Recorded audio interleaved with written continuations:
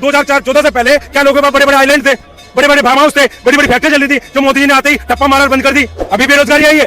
पिछले 65 सालों से इस देश में बेरोजगारी की भरमार। अभी मैं यूपी से ही हूँ, यूपी में एम्प्लॉयमेंट नहीं है, हेल्थ सेक्टर में तो बिल्कुल से नहीं है। कोविड में तो आपने देखा होगा पूरी तरीके से हेल्थ सेक्टर की कलाई खुल गई थी। कैसा क्या अभी केवल गवर्नमेंट जॉब ही सरकार रोजगार नहीं होता। मैं पुनः कह रहा हूँ, राम जी के समय में भी। और देखिए सुनिए, हमारा शास्त्र कहता है सतहस्त समाहरः सहस्त्रार्थ संकीर्ण, मतलब 100 हाथों से कमाओ, 1000 हाथों से दान दो। अब उसका मतलब क्या करो? व्यापार करो। जनगणना से अपने को पता चलता है कि एम्प्लॉयमेंट क्या है, देश की स्थिति क्या है। वो जो आंकड़े वैल्यूएशन होते हैं उससे हमको पता चलता है कि देश की स्थिति क्या है। वो आंकड़े हुए नहीं, जनगणना ही नहीं हो रही है। क्यों नहीं हो रही है? क्योंकि 2024 का वोटिंग हो जाए उसके बाद। कांग्रेसी भाई कह रहे थे, बोले मोदी के आने से देश 500 साल पीछे चला गया। मैंने योगी जी को आने दो, त्रेता में चला जाएगा, कतई क्लियर राम राजा जाएगा। जी को 2014 में देश की जनता ने जिताया और फिर उसके बाद 2019 में जिताया। मोदी जी ने उससे ज्यादा काम किया। अब 2024 आज मोदी जी 1 रुपया बेचते हैं, एक का 1 रुपया खाते में पहुंचता है, डायरेक्ट पहुंचता है, कोई बिचौलिया नहीं बीच में, कुछ नहीं। और ऑनलाइन इंडिया कर दिया है, सब चीज ऑनलाइन हो गई है। और देखिए धीरे धीरे नियंत्रण होगा। 65 सालों में जो गड़बड़ हुई है एकदम से सुधार नहीं हो सकता। एकदम से एक बच्चा पैदा हुआ और पैदा होते ही वो बच्चे पैदा कर देगा, शादी कर लेगा, नौकरी करने लगे, ऐसा कोई नियम नहीं।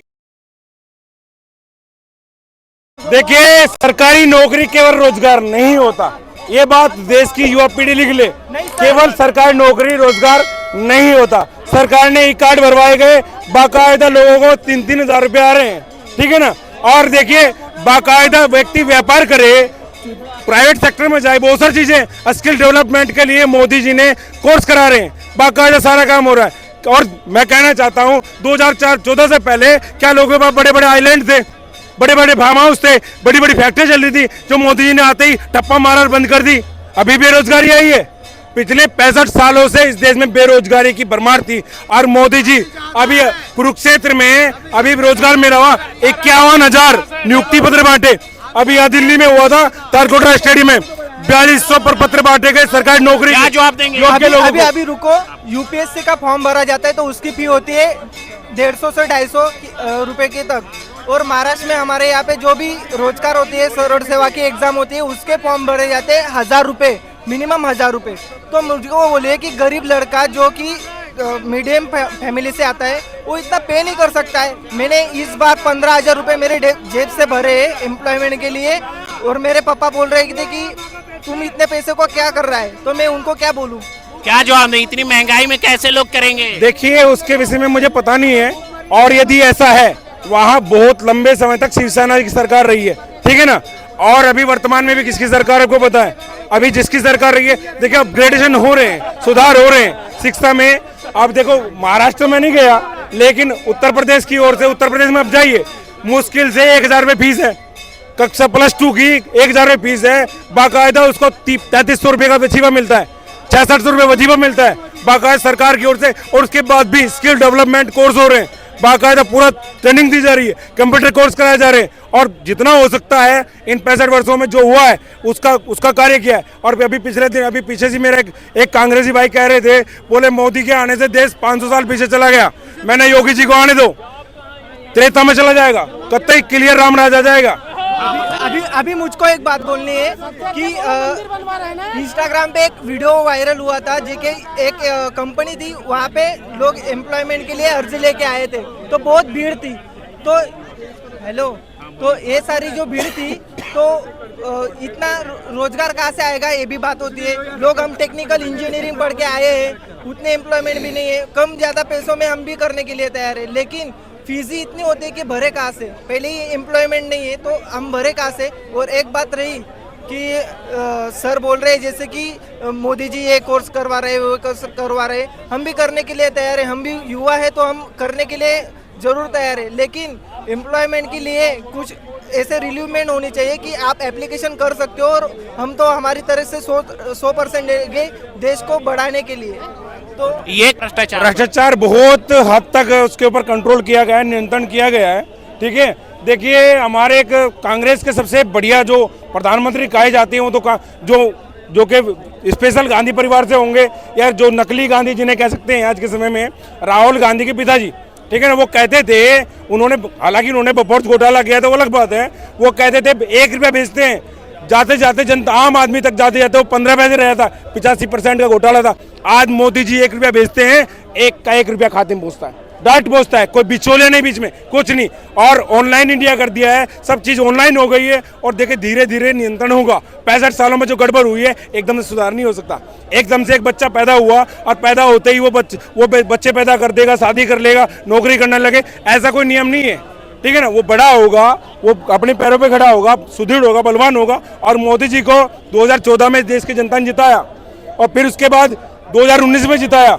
मोदी जी ने उससे ज्यादा काम किया। अब 2024 में मोदी जी कह रहे हैं, मोदी जी ने लाल किले से कहा था मेरे परिवार के जनों, और वो पुनः आ रहे हैं पूरे बहुमत से। पूरे देश भर में लोगों से बातें होती हैं, मिलना होता है, दिल्ली में लोग क्या कहेंगे? एम्प्लॉयमेंट भी तो होना चाहिए। अभी मैं यूपी से ही हूँ, यूपी में एम्प्लॉयमेंट नहीं है, हेल्थ सेक्टर में तो बिल्कुल से नहीं है। कोविड में तो आपने देखा होगा पूरी तरीके से हेल्थ सेक्टर की कलाई खुल गई थी, कैसा क्या, अभी भी नहीं है। और रही सही किसी में अगर एम्प्लॉयमेंट प्रोवाइड भी करती है गवर्नमेंट तो ऐसे है जैसे कि पुलिस है, डिपार्टमेंट है या परिवहन निगम है, जिसमें उनको रिटर्न में उनका प्रॉफिट मिलता है डायरेक्टली, इनडायरेक्टली या जैसे भी, और उसमें भी भ्रष्टाचार है उसी में। हेल्थ सेक्टर में बिल्कुल ना के बराबर है। कहें मैं भी फार्मासिस्ट हूँ 10 साल से, और मैं फॉरेन में अगर बोलते हैं एलिजिबल जो है उसको मिलेगा आपको।